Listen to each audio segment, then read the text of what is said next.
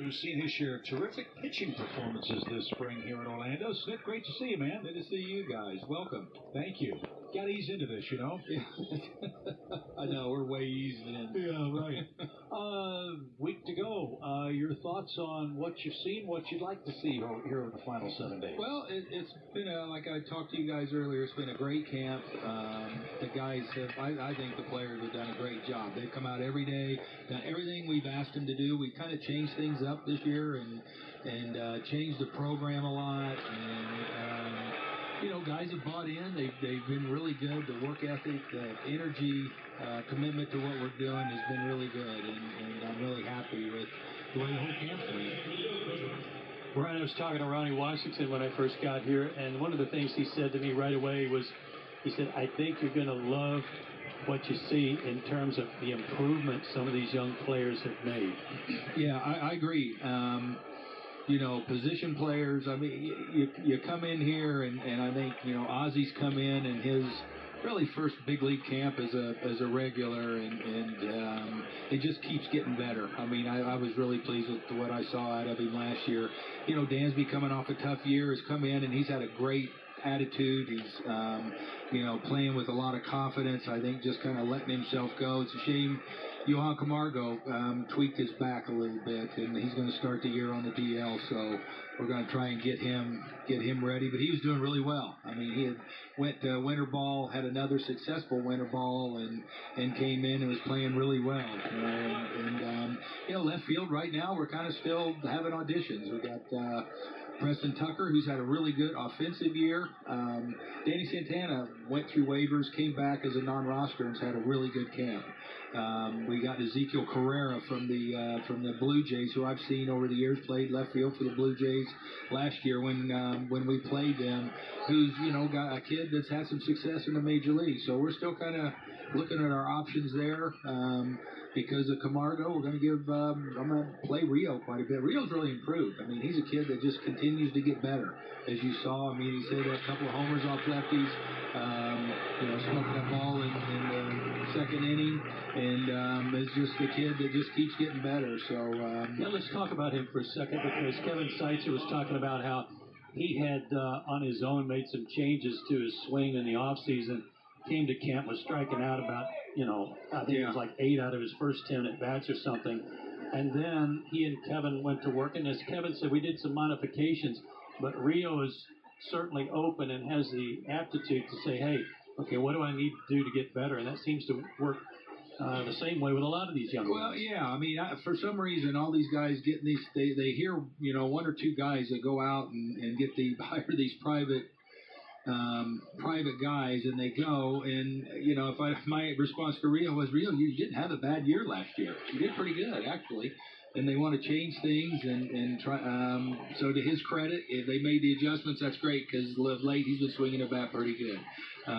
So, you know, there's a lot of things. Sean Newcomb, as we talk about the young guys, I would say a year ago today, he's not even the same guy right now. He's had a really good spring. Fulte's made some adjustments in delivery and mindset and the whole thing. I think the analytical move has helped him and the information that they've had for him. He threw on the backfield today and was really good. Brandon McCarthy's been a really good get for us. He's been really steady and strong all spring. Julio's been really good. You know, they have all been pretty good. I'd say I'm listening to myself talk, and it's like, I guess they are. Fly ball hammered toward left. Tucker on the run, still going. Not going to get it. It's a home run for Montouk. And that ties the game at 2 apiece. Never fails. Every time I come up here, there's a home run hit. Way to go. Left here's not more with the way this one's got. Buenas amigos de YouTube. Dice el manager, ¿cómo se llama este manager de los Bravos de Atlanta? De Sniker, este tipo dice que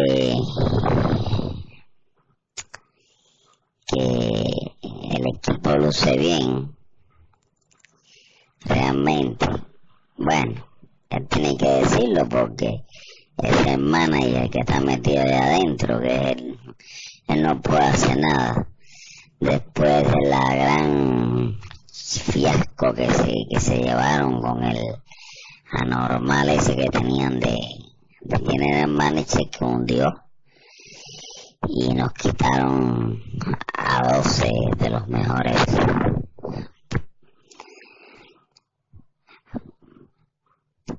prospectos de los menores. Pero este tipo dice que el picheo que y hablando que el tipo estaba hablando del picheo que estaba bueno y más o menos, y Brandon McCarthy que lo agarraron de un, más a ver, le meten jonrón. Claro, es un sprint training, pero o sea, con esa rotación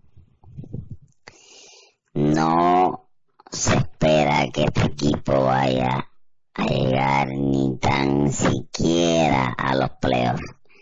Tiene que ser que esa gente explote, que Julio Teherán ya deje de ser un prospecto eterno y se convierta en un as del equipo, y Fortewis que sea, aunque sea 1 o 2, porque de lo contrario vamos a estar peor que el año pasado. La Atlético se perdió, llevan 3 años perdiendo 90 o más de 90 juegos.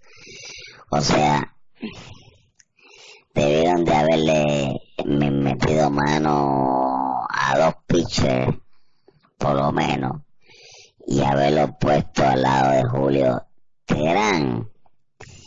Pero, como no quieren gastar el dinero y no lo quieren hacer, nos están poniendo un equipo supuestamente para vender, y tienen al mejor prospecto, Ronald Acuña, y lo bajan a las menores. Es una de las movidas que realmente se entiende, pero no lo digerimos, no lo tragamos. Porque ¿cómo vas a bajar a tu mejor prospecto a las menores? Es una estupidez. Pero bueno, ellos son los que saben. Yo, como está el equipo de Washington, como mejoró el equipo de los Philadelphia, cuidado con los Mets, que son, si no se lesiona a nadie, inclusive hasta los Marlins, que aunque nadie da nada por ellos, están haciendo muy bien en este sprint training. Los Bravos tienen que luchar contra todos esos equipos. Yo le doy a los Bravos,